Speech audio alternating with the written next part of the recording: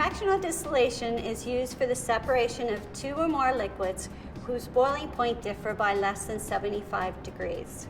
To do a fractional distillation, you start with the same piece of equipment that you do for a simple distillation, in that you have the distilling flask, and it should be raised off the bench top, sitting on a wooden block or an iron ring, and clamped securely to a ring stand.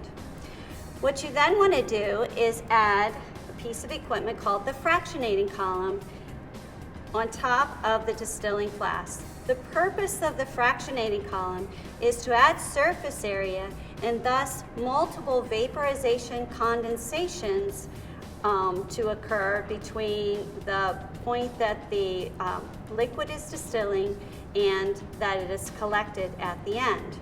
So this is an example of a fractionating column that we're going to use in the 2311 class. Notice that we are not going to add water to cool this condenser because we want it to get warm as the vapors ascend up the column. Another example of a fractionating column looks like this. This is called a vibro column, which lots of cool indentations of the glassware. Again, this adds surface area so that we increase the number of vaporization condensations, which are called the theoretical plates.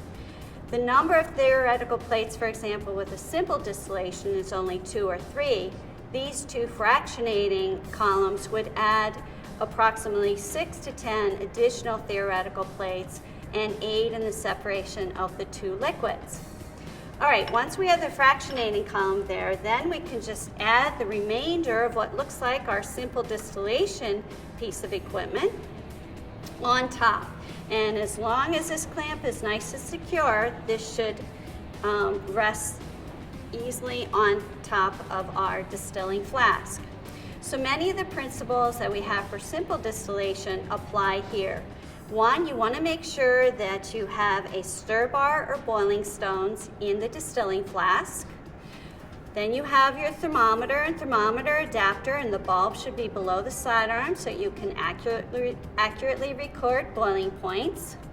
We have our cooled condenser with the water coming in at the bottom, exiting out the top, and anchored with a plastic funnel in the sink, and then a tiered receiving flask for collecting the liquid that has distilled. Again, you record the boiling point at the start of when you see drops enter the receiving flask till when the end. You could also collect multiple fractions, and so you might want to have a second or third tiered receiving flask if you are in actuality separating a mixture of liquids.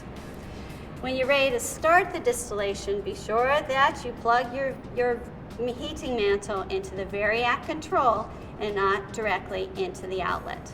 Now you're ready to begin your fractional distillation.